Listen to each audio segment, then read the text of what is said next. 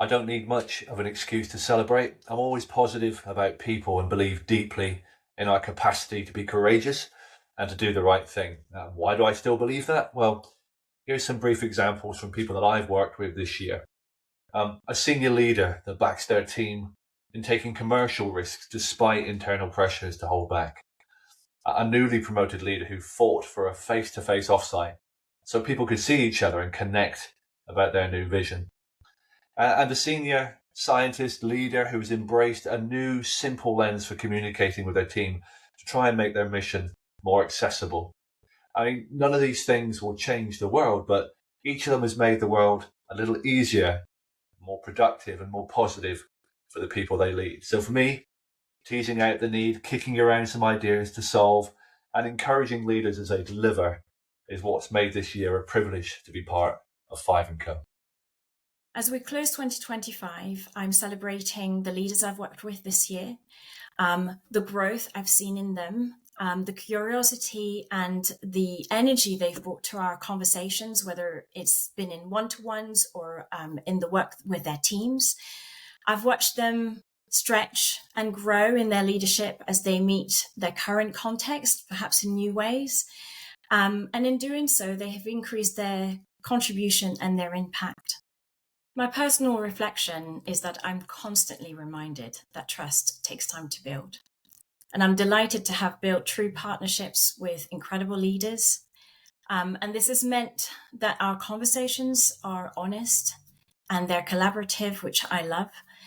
And it also enables us to take a more direct route to what truly matters and what moves things forward for themselves, for their team, and for the cultures that they're shaping. It's really exciting for me, and I'm really grateful for the trust they have in me and our work together. When I reflect on this year, I just want to celebrate how leaders and teams have really worked hard at connecting with each other. And they've been really brave in growing influence in their key relationships.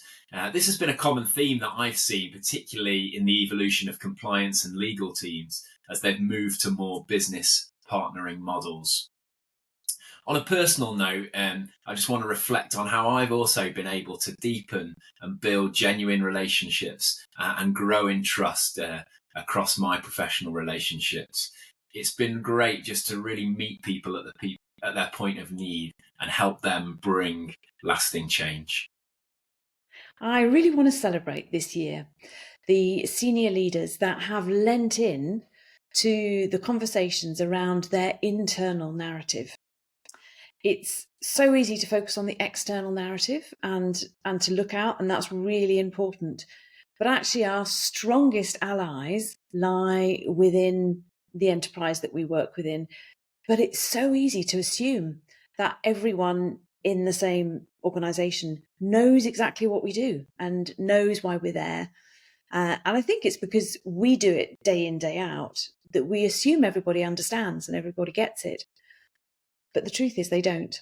And paying attention to your internal narrative and helping those within your enterprise to understand the role that you play and how you fit into the big puzzle, all the different pieces, is so important because it massively transforms your stakeholder relationships and your ability to collaborate really effectively.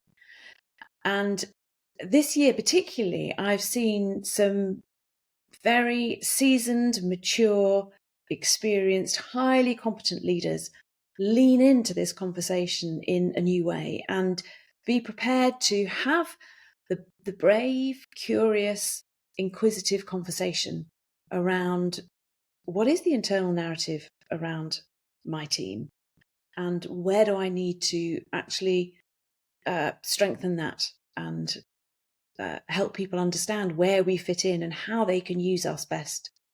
So kudos to you for having lent in to those conversations, because they're not always easy, but I know that you're reaping the rewards of them.